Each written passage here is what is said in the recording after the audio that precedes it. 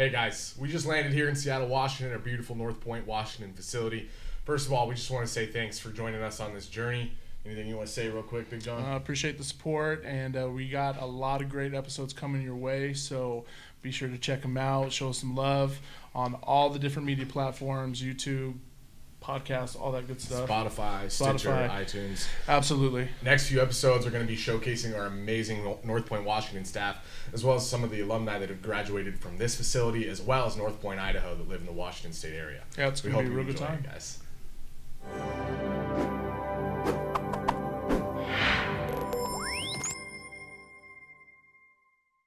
Welcome to No Way But North, where we talk about the miracles of recovery and the tools used to achieve them. My name is Cooper Lyons. My clean date is November 27th, 2010. And as always... Yes! I feel like I've earned that back. I've earned that back. After this trip, for sure. Because we're doing episodes back to back to back. And it's a little bit of a grind, but it's been good. So just because you said me and Alex were talking about this yesterday, you change your shirt per episode, but then you tell...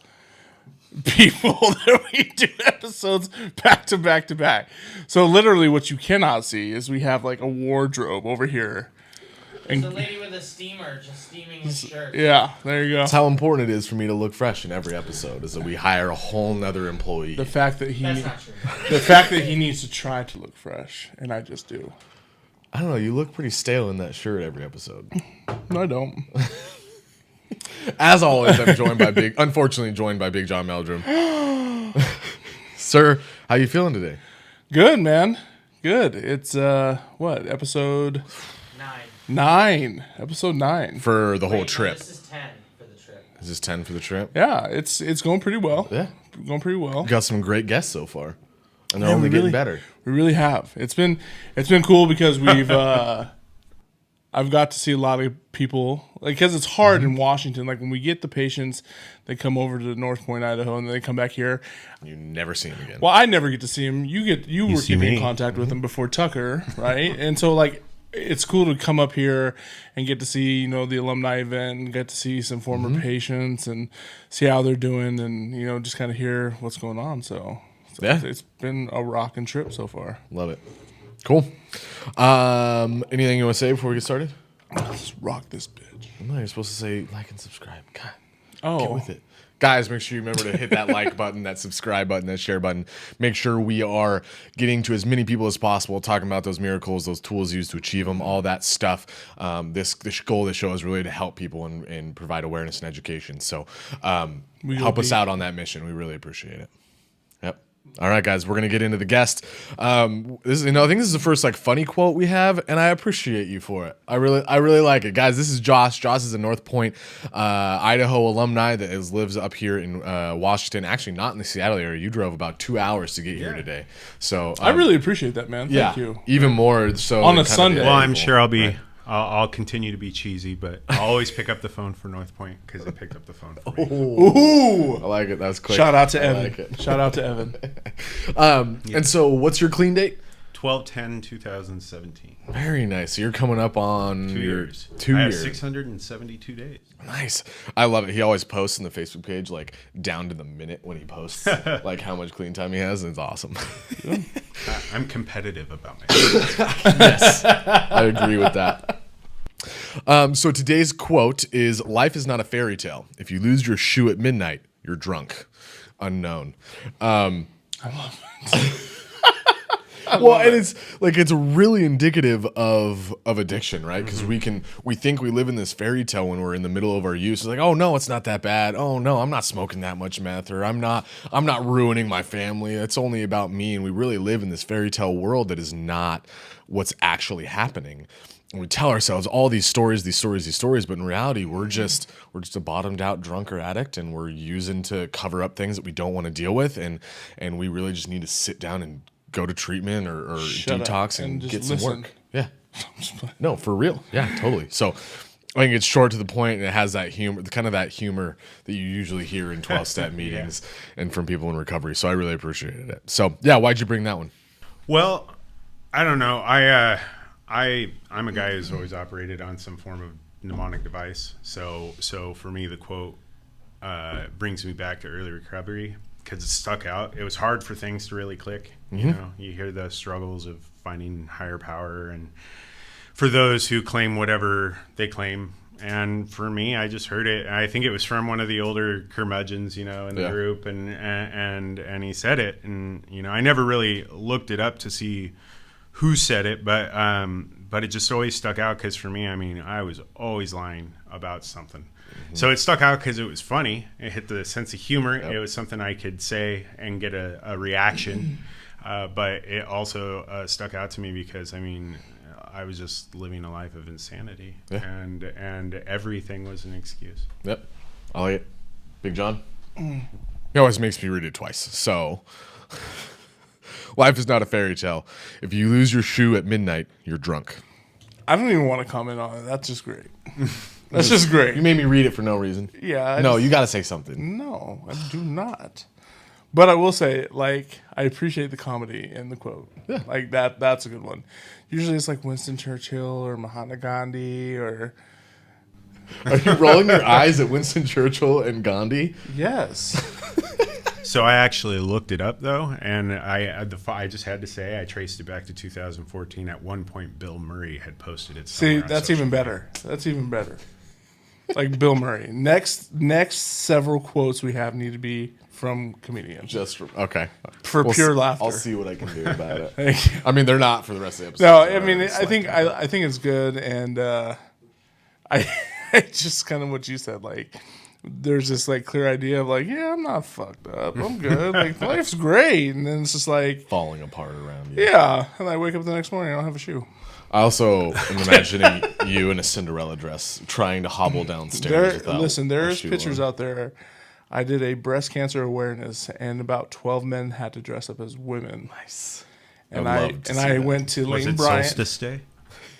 Ooh, no, it was not though. Yeah.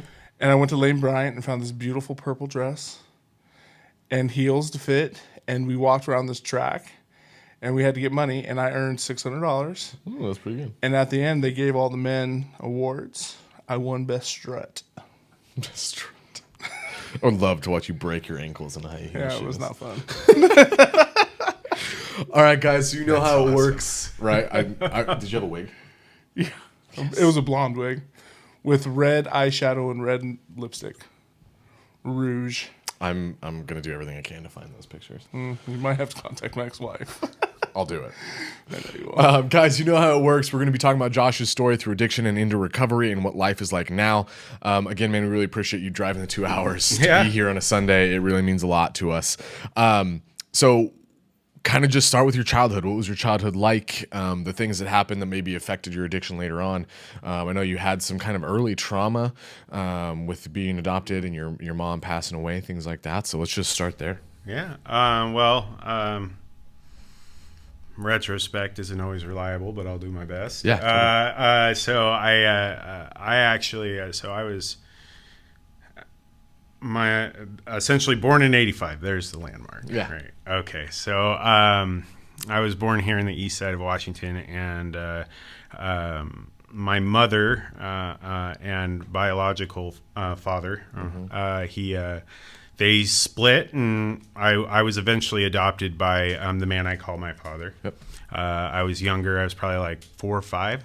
Okay. And at 7 years old, my mother was we were all expecting a brother.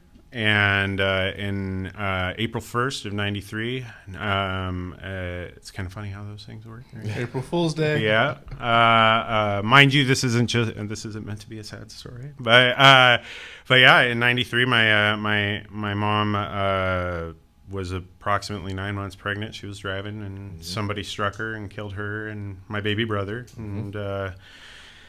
And for many reasons, and then actually 9 days later, my grandmother died of cancer, and then 16 days later, my aunt died in a car crash, and it was just all these things at once that always stuck out, that mnemonic device for me, right? And so it was pretty traumatic. I don't remember much. My dad said that I would like pack my bags, and he'd be like, "What?" And he's like, "Well, I don't know where to go if you die." But I don't remember doing anything like that. And again, yeah. Well, it still had an effect, right? Yeah, still, that's traumatic. So anyway, for many reasons, my dad decided that, you know, it wasn't in my best interest to be around some of my blood biology. Yeah. And so we moved around, and it was just basically me and my dad and my So your grandfather. dad, so your dad was a single dad, and he adopted you. And I was an only child after that, and so I went from kind of a large family to very small, just 3 people: my dad, my aunt, my grandpa, and never just kind of floated life. My dad was in and out of relationships all the time. Well, he had a couple real serious relationships. One in which, I mean, younger guy would always beat me up, you know, kind of stuff. But lived in harder parts like, at times in here in Washington on the east side, and then I made my way to Pasco. So I grew up in the picking fields, basically. I was around agriculture families and rode the bus. So essentially I was the minority in a majority country, right?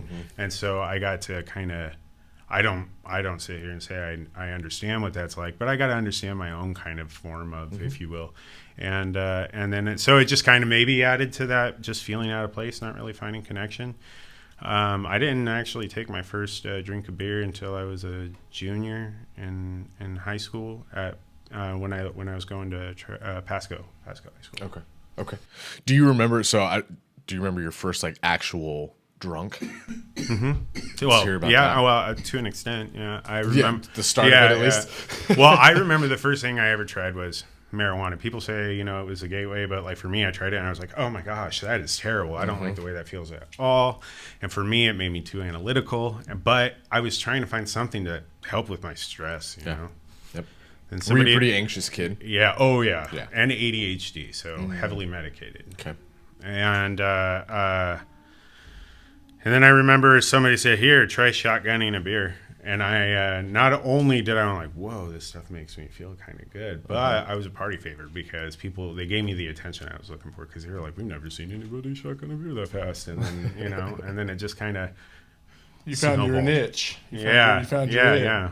So that, oh, and then as for my drunk, I just remember sitting there on the stump and because it was on a stump. Yeah. And outside in the backyard of a friend's house, and sorry, this was junior high, right? yeah, high school. High school. Junior year. Junior year of high school. Yeah. Okay. And I just remember feeling warm. Yeah. Yeah, just kind of like at that time I felt relaxed, warm. It's like, oh, it was euphoric. That's what's it supposed to feel like. Yeah. Yeah. Well, and that's kind of we've identified this theme, and maybe I don't know if this is the case with people that ended up not being addicts or not, or alcoholics, but their first use is that like, aha, oh my God, this is how I'm supposed to feel. This is how everybody else feels all the time, and I need to do this. Even if they didn't start using all the time after that, pretty much unanimously, their first drink or drug, like it's that clicked. Like this is. I feel comfortable in my own skin now. And it sounds like you're echoing that as well. Yeah. Yeah. I mean, I've always felt uncomfortable. I've always felt like who do I need to portray when I'm talking to you? Chameleon. Yeah. Yep. I Like, was the same way. Yeah. Cool. So, and then did you continue drinking after that immediately, or did it wake a while before you got into college? I mean, I started to engage in, I mean, I went from being very, engaged into school. I mean, for me, I wasn't by any means an like straight A student or anything, but I started to, you know, hang. That's all I wanted. Like people were like, "Hey, you know, where's my dad's tequila?" You know, and I'm like, I don't know. And it's because I started to like, I found this world that I didn't really know about, because my dad, who adopted me, I mean, he didn't really drink. And so like when it was around, I just remember it was always Henry Weinhard's, and I like have a sip, but like I'd be like, oh, that's gross. You know, but I never knew that if you push it, that it's going to make you feel a way. And then all of a sudden I found liquor, you know, but it didn't get really bad because I graduated at 17. It didn't get really bad until I left Tri-Cities for Ellensburg, where I continue to live to this day. But I started my undergrad, and that's where I just homework was going to take care of itself, and I was going to feel good, and constant partying. So excuse me, is there anything that stands out in college, or was it just kind of that constant searching for something to change how I felt? Basically, what I'm asking is there any kind of bottom or any dramatic thing that happened in college that stands out? I know you met your wife in college. Yeah, I actually, so I met my wife when I was 21, and so I started college when I was 17, going on 18. Yeah, so you're almost ready to graduate by then. Graduate. Oh, by the time I College. met her, yeah. Well, if I had not been suspended for a year after my first year of college, and it's all I thought my homework would take care of itself, you know. And then nobody had given me a reality check like that before, you know. And they're like, "Oh yeah, by the way, not only are you suspended for a year, but when you come back, you know, good luck trying to find money." My dad wasn't going to help me. You know, we had a bad relationship at that time. You know, we weren't talking. I felt like I had nobody. Yeah. You know, I was walking. When I'm older, I'm going to be able to say, when I was younger, I walked miles in the shoes, you know, in the snow. And that year I took off was really surreal for me. Yeah. Because not only was I making dirt poor money, I was working at Arby's. I wasn't able to make full time, and I was like sewing the same black slacks to where like the tear in the crotch had like a knot this big because I didn't know how to sew. I do love me some Arby's though. Yeah, so I'd walk there and walk back, and I just feel sorry for myself every day, feeling. And for some reason, it was okay to fall behind on rent because I needed to at least feel the comfort of knowing I could buy one 30-pack. I mean, what's the point of living, right? Yeah. If I couldn't go out and enjoy what I worked for. Right. So you met your wife and you made it through school. How did the drinking or the use progress after that? So at the end of my undergrad, because I worked hard to I build this facade. Like, okay, so I'm doing really well in school again. I started getting straight A's. I got offered a graduate assistantship through Central Washington, but anything to mask this. Yep.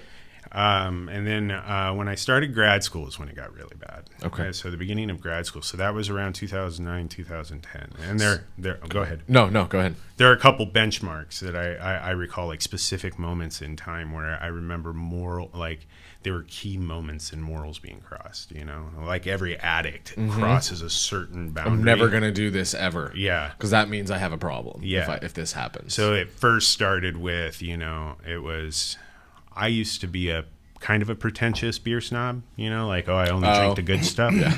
But then my wife started to be like, why are you drinking so many Steel Reserves? You know, like things like that. And, well, it's because microbrews are expensive, you know? Steel Reserve. Yeah. And I would justify that it tasted good. Oh, you know? Good God. Yeah. that's true addict. Yeah. No, and then she was like, you know, you need to cut back. And that was one of the first benchmarks where I realized I couldn't. I said, yes, I will. And then I'm like, oh my God, I can't. But how do you hide 12 big because they sold them in like 12 packs, right? Yeah, the big ones. And how do you hide that? And I'm like, well, I'll go to wine. And that was a moral I crossed. Now I start hiding. Yeah.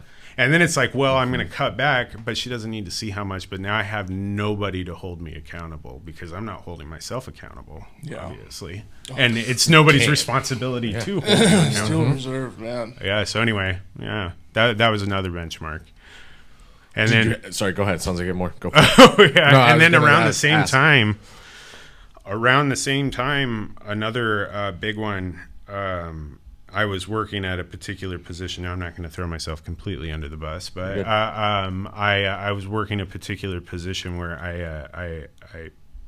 I promised myself. So I was still a graduate student, and I promised myself, you know, you never drink at work.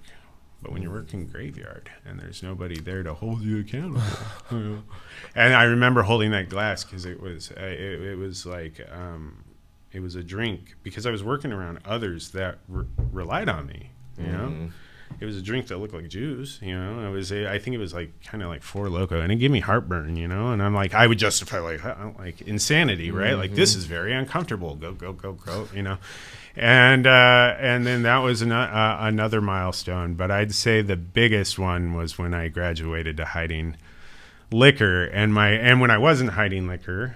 my wife would be like, "Why is the whiskey freezing?" Well, alcohol isn't supposed to freeze, right? Well, I drank too much. Time to pour water in it, and then It's a little slushy. yeah. So those were some milestones. Yeah.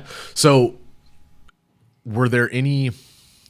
I'm trying to think because I'm pretty sure you said you got a DUI, right? Isn't that kind of the ultimate bottom that came up, or was there anything? Is there any other bottoms that? Oh yeah, out, oh guess? yeah. No, so that's just I was trying to follow somewhat of a timeline. We were in 2010, so then going 2010 through about 2013, it was just constant drinking. Yep. And I'm sure your wife started to notice. Yeah, and take, pulling graveyards, studying for tests, and either studying as fast as I could so I could enjoy as much drinking time, or just being like, and then eventually just all blurred together. Yeah. And then you fast forward to a couple professional positions, and then then that was the big one. So 10/4 of 2017, which is not my recovery date, but that's my rock bottom. Okay. So what happened? At that time, I was my wife. I didn't even realize that my wife was looking for other places to live. We had just had our first child on August 15th of 2016. Okay. And how? I mean, obviously, your relationship isn't going well, but kind of what are the things that are going on in the relationship? I'm assuming you're drinking every day, all day at this point. Yeah, I would always say, well, like, I know I fall asleep a lot. No, you pass out. Like, I black out, and you don't have to be violent to really emotionally destroy somebody, like constantly falling asleep, not taking care of my duties, neglecting in circumstances, my child, the person who I said I love the most in life. And to this day, I'll always have to remember when she was born in the hospital, finding so many different excuses to go out to the parking lot at the hospital. I'm sure for at least a period of time, because there was something on security cam that showed a guy's feet sticking out of a vehicle because I was hiding my fifths down by the spare tire, and it was just getting really, really bad. So that was the type of behavior I was engaging in, and then holding on to like, oh, I love you so much, and it was just constant pity party, and it was spiraling out of control, and then 10/4 happened. So I left and had just started a position for a while. I was an administrator for a long-term care, and I was, in my mind, living the high life to an extent. Like I was making Telling yourself a fairy good tale. salary job, all the stuff that I needed to build around my drinking. So I was like, well, I might drink, but look what I have. Yeah. And that I remember I was already starting to shove off, because once I started this new job, which included commuting 30 minutes a day on the freeway, people would start to ask me, they're like, or I get, hey Josh, we're getting reports that you smell like alcohol, and like I would fight tooth and nail, and to the point of tears and lying through my teeth. And then there was a day of no denial and 10/4, which I showed up. I think those were the days when, I drive to work or drive back from work, and, you have the fifth of alcohol somewhere, and you're like, I wonder if it flew back, at 70 miles an hour. You hit the brake, bring it up. Oh, yeah, it's just normal everyday behavior for it to get stuck in the brake or the accelerator, right? So while I didn't get a DUI, that just means that a cop wasn't driving down the road at that point in time. That just means I was fortunate enough not to hit somebody. That doesn't mean that I'm better than somebody who did get a DUI, because I should have got many of them. I just want, and so I drove to work, and I was immediately pulled, because I was in training, by a supervisor, and she was like, "You've been drinking, you're drunk. I can tell. There's no lying." She called my wife, who works HR at another job, and she was like, "You need to come get him. We've called the police. He's not going to be leaving the premises with his car." I don't remember much other than crying like a baby in front of many, many people. And then I remember being escorted downstairs by a cop, being utterly embarrassed, Yeah. And then asked for the keys and the phone, and then my wife left. I can't imagine what my wife had to go through when I chose to put myself in detox, at that time. But I remember when we were driving off the parking lot, she goes, "Josh, do you have any more alcohol in the car?" And I said, well, there's still a half a fifth of vodka underneath, the front seat. And that is, geez. And that was the day that will live in infamy. Mm-hmm. Yeah. Well, and I think that's a good thing, right? Because you can always come back to it and be like, that's if I stop doing the work or decide to go back, that's what I'm going back to. Yeah. It'll happen. I mean, you never know how fast it'll happen, but it'll happen probably pretty quick, right? That's how I know, because I've had a couple of years clean, and I know that it doesn't really matter. It doesn't matter how much time I put between my last use. It's going to happen pretty quickly if I decide to go back out. Yeah. To get back to my second relapse showed that, because it took me up until about 30 years old to have my first big boom, and then I went through treatment, went to detox, dealt with that. I walked in thinking like, oh, well, it's just alcohol. I'm not a drug addict, like that. And then at the end of all this, I'm like, holy shit, it is alcohol, because, it's all terrible. But, so anyway, but it only took me a couple weeks out of my first treatment to hit rock bottom again. So yeah, and you went to 2, right? North Point and this one that you're I went to a previous one. I won't. So the one that I went to was unrealistic for me. Okay. And also I wasn't taking charge of my recovery. Yeah. I was doing what I needed to do. So my wife would say that she still loved me at night and would back off. And, when you're drunk, I hate to say, but, to remain sober, you have to practice a level of honesty. Right. So if I'm not feeling uncomfortable today, then I'm probably not doing something right. So I will say that, it's regretful for me to think back at those times and to think that our relationship was just so like me wanting to fulfill basic needs. And that was it. Yeah, totally. So did you learn anything from that treatment center? Or was it just kind of like a get clean and get out? And the treatment center I went to didn't allow you to speak to other people like that of opposite sex. Oh, okay. And you didn't go anywhere, and for me, I needed that level of external and internal validity. Right. And so I after treatment there, and it was a very large facility, 120 beds. Jeez. And I just it didn't work, and I wasn't ready. It was a big thing, and then a couple weeks later I relapsed again, and my wife, it was like December 5th, December 6th, and my wife said, "You smell like liquor again," and I needed a dual diagnosis, a treatment center, and I don't know if you want to stop me there, because that leads me into where I found the light. No, no, I think that's great. I mean, is there anything else? Segment, isn't it? Is there anything else in the time that you relapsed that kind of sticks out, or we can just go straight into? Oh man, I remember it. I actually remember that now that you think about it, or now that I think about it. I was doing the IOP thing. Yep. In fact, they when I left treatment, because I was so good at lying,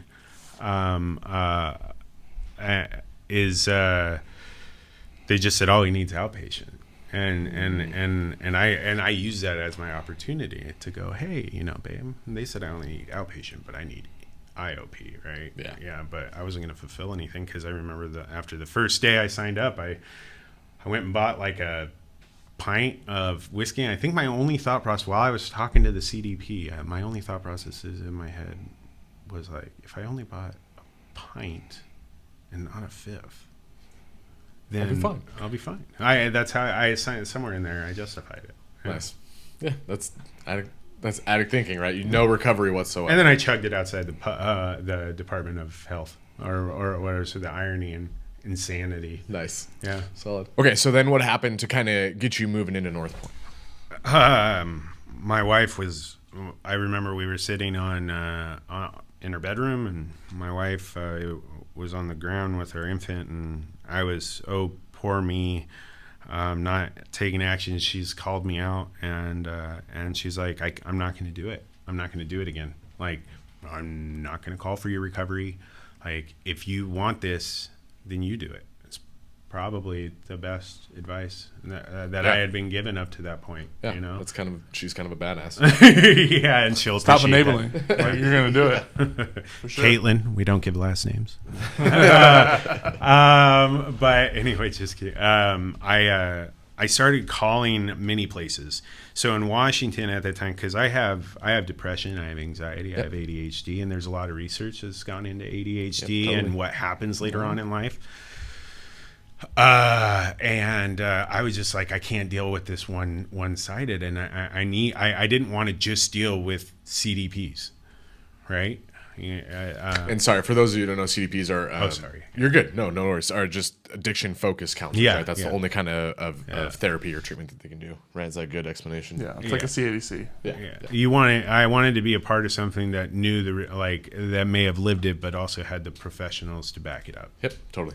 And also along that note, I kept hearing about dual diagnosis and how it could be helpful, and so I started my search. Yep. Everywhere from will make you throw up, Shit-shadle. yeah, A little shit-shadle. And then I called. I think I called a place in California that said that they would call for me, all these places, and then there were two places. There was a place down in Astoria, and there was a place over in Idaho. And I was like, North Point, and I had never been to Idaho. I mean, I live right next to Idaho, and I hadn't been to Idaho. I don't want to go to Idaho. I'm just kidding. After I left, I love Idaho. Yeah. Idaho's nice. Go Ducks. And Come on, Buster. I had to do one. So anyway, I spoke to an awesome, as they all are. His name was Evan. I spoke to a guy named Evan. He's one of our guests. He's been on the show before. Well, and forever He's director of admissions or admission supervisor, something like that. All I know is I spoke to him, and I didn't speak to anybody else, so I can't speak for others. But I can tell you that had I not spoke to Evan in North Point, my second daughter wouldn't be alive today. Man, he dealt with an emotional guy. I was calling all the time today, and I was dealing with insurance questions and all this stuff taken on myself. It was overwhelming, and I felt stuck. I remember being pissed and being like, now I understand what it's like for victims to search for help. I was like, this is so hard, and all I want to do is focus on one problem, and people are trying to take me off of all these sad meds and put please, calm it down for me. And he just seemed genuine, and he actually he dealt with the insurance, and he said we dealt with the deal to the point where what he laid out, I was like, is there a catch? Mm-hmm. And it's like, no, there's no catch. And I'm like, I want to see it, and I want to sign it. And he's like, you don't need to sign anything on this, man. There's no catch. You just need to be here tomorrow. Or you need to fly out tonight. And I think I begged him to let me spend one full day with my daughter. And I begged and pleaded because I knew I was going to miss out on Christmas. And I was going far away. And he's like, people don't come. People don't come if we give you time. But for some reason, thanks to something, he gave me that one day. And it really, I think that day showed me I should have just gone that day. Because that day was a useless day. That day was nothing to remember, and I don't remember it. And I just remember flying out the next morning. So as you're walking into the facility, right, you're out of state, I think the truest definition of a fish out of water. What things did you expect? What things met those expectations? What were good? What was good? What was maybe not bad, but not as helpful? Basically, for people that are listening, that either are thinking about going into treatment or trying to learn about treatment or are going to try to be a counselor in treatment or a tech, whatever. What things, from your perspective as a patient, do you remember walking in there? When things started to calm down, it was just lower. It was smaller scale. I remember when I walked into my first treatment center, the first place I had to go to was sit down at a desk with somebody. Just typed away. First place I sat down with was a nurse and a doctor, to make sure. At North Point. Yeah, at North Point, yeah. Do your nursing assessment. Yeah, well, before we start this treatment, we need to see where your vitals are at, And I was spoken to by professionals, licensed professionals that also had lived recovery. And I'm like, what? So wait, it's usually one or the other, And it wasn't. And the on-site, all the all the other on-site resources were incredible for such a small facility, and the accreditation that you guys have. So like it fed into my pretentiousness too. I was like, yeah, look at me. But, Found it. But there is a give a shit factor. Yeah, totally. So as you're going, so what barriers were there, right, in your own biases or your own intellectualizing? Because I know you're a pretty intellectual guy, and I know that was something that you going to feed into that pretentiousness a little bit.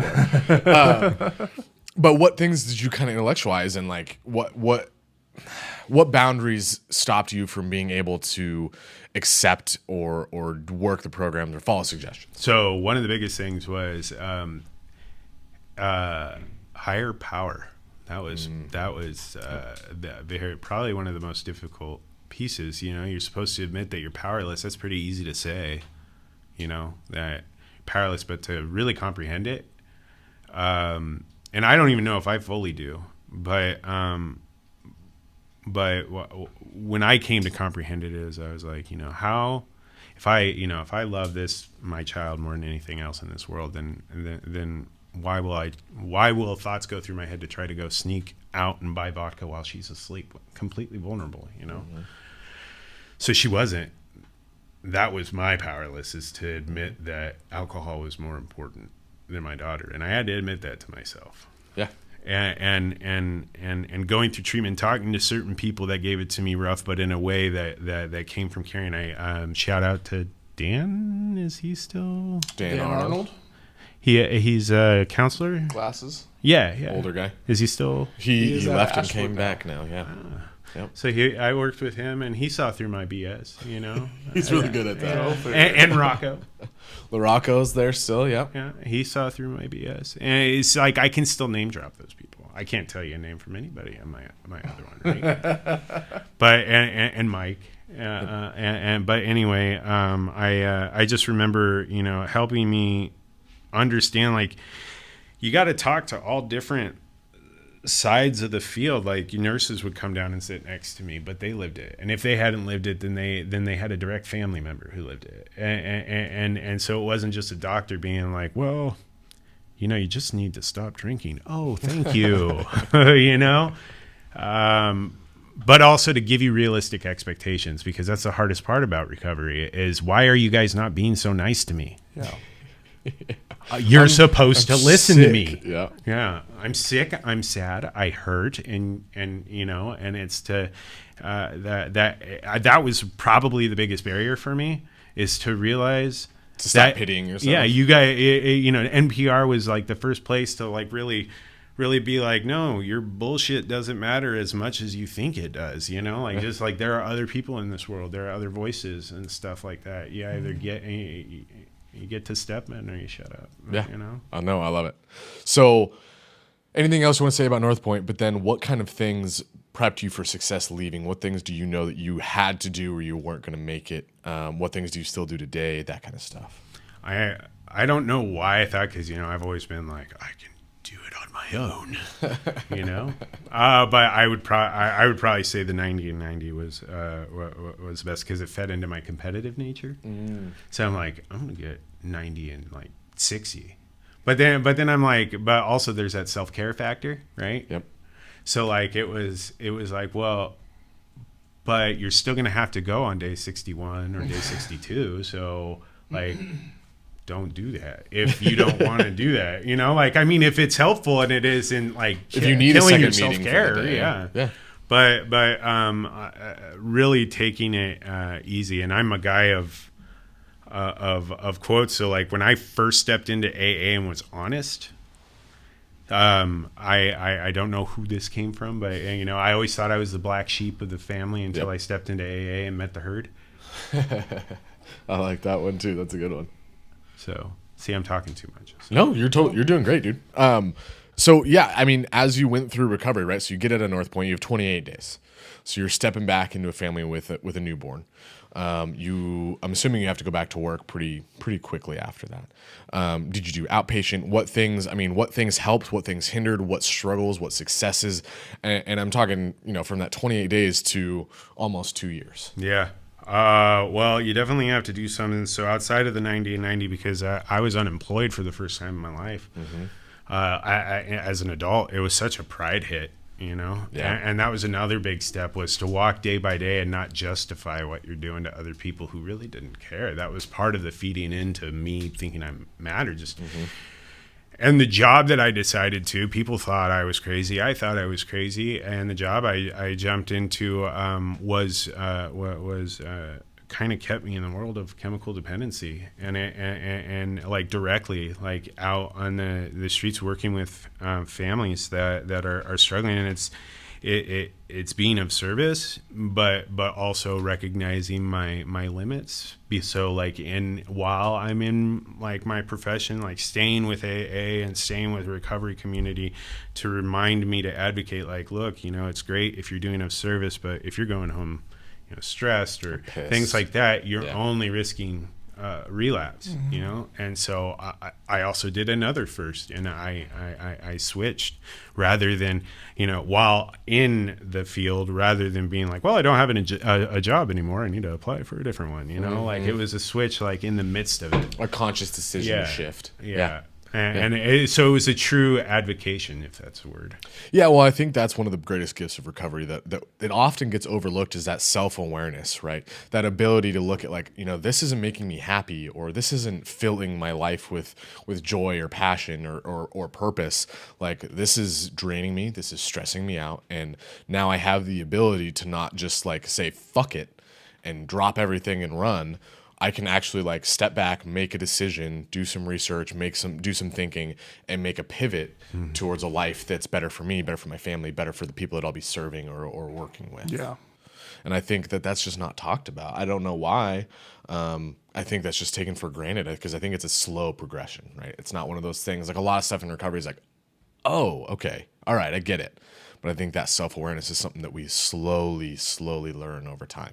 And I think it's a constant progression. I don't think like you learn it and then you're good. Well, and for me, this is still incredibly surreal. Yeah. Like, that I'm now one of the people that are saying, no, like, seriously, I did not think I would get sober, right? Yeah. And I know that there are now people listening on the other end, or maybe watching on the other end, that are listening to us speak and being like, yeah, but they're different. And it's like, no, like, literally, like, I felt like I would rather die than be sober, because I didn't know how to live life else. Well, when I was sober, I was more miserable than I am now. I was just a dry drunk. Yeah. So the idea that I could not take substances into my body and be like happy and okay is the most foreign thing in the world to somebody that's never done it. And it's so awesome to go out to the garage for a reason, like that does, like, hey, you're mowing the lawn again, you know, like. So talk to us about what life is like now, and then we'll get on out of here. Life is hard. Yeah. It's hard, man. Every day I wake up, and, you know, I just started doing the serenity thing for me, you know, because I still struggle with the higher power, you know, but like, at least I'm willing to acknowledge that I'm not the only person that lived in this world, right? And I don't have the answers, so I can at least try, right? Yeah. And so it's still a daily struggle. It's still a struggle, you know, with my two girls, and teaching them accountability, and now thinking about how I'm going to talk to them about it. Because yes, it is biology, because where I was adopted into, there is an alcoholism, but it's rampant on my side. But it's also so many other things. And rather than discovering necessarily what the cause is, like, because I hope that time may come, like, where there's like a magical, like, whatever. But until then, it's places like these that are a diamond in the rough, but I'm sober, and I'm doing well at work. I have two girls, one who wouldn't be alive today if it wasn't in part due to NPR and Evan picking up that phone. Man, I still feel like some days I'm a fraud. Like, I'm like, who am I? Like, you know, now it's like, it's weird. Like, as you go silent and you let your work speak for itself, it's a cliche, right? But like, rather, like, I don't like that quote of rather than speak, let your work be loud, whatever. It's true. And it's overwhelming too, because people then like, you're the one out being like, I'm just going to work hard and focus on this. And then people start looking to you for the answers as if you're the strong one. And it's like, no. I'm trying to just make it through today, you know? And it's finding family like this that helps.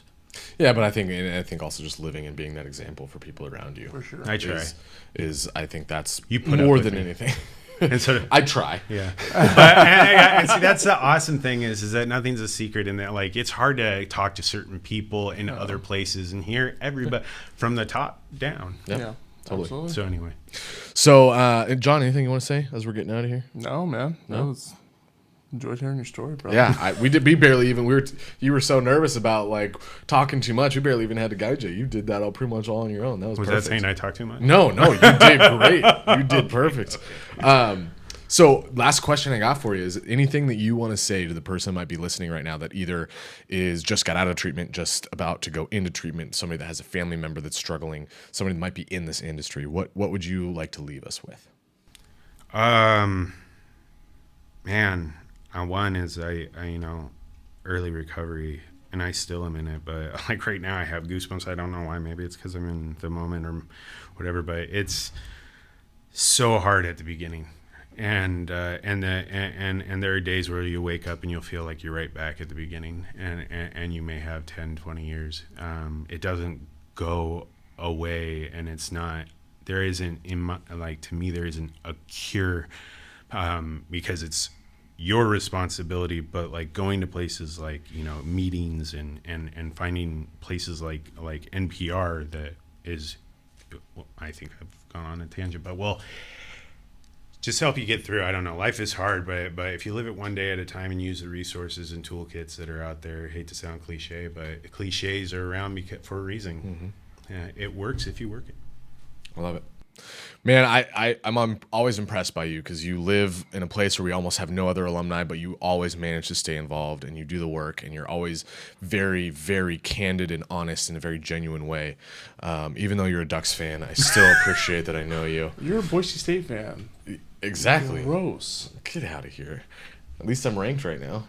We're still ranked. Are you? What? At what? We were ranked higher than Boise State. Who? Right now? Syracuse. Oh. You played for Syracuse. Boise State's ranked 14, but you probably bump up, but Oregon's above you. We were 13, you were 14. Well, we're about to bump up. Yeah, but not over. Josh, thanks again, man, for driving out the 2 hours. It Absolutely. still blows me away how involved you. It's how a involved beautiful facility. It really is. Thank you. So Awesome. All right, guys, that's all we got. Please make sure you hit that like button, that subscribe button, that share button. Get Josh's story in front of as many people as possible so that they can kind of hear that miracle of recovery and hopefully relate to somebody and maybe make a decision to get some help or help a family member or whatever they may need. Once again, this has been No Way But North, where we talk about the miracles of recovery and the tools used to achieve them. Thanks. If you or a loved one are struggling with addiction, please call 208-999-4064. The views and opinions expressed in No Way But North do not reflect those of North Point Recovery or any other institution or organization.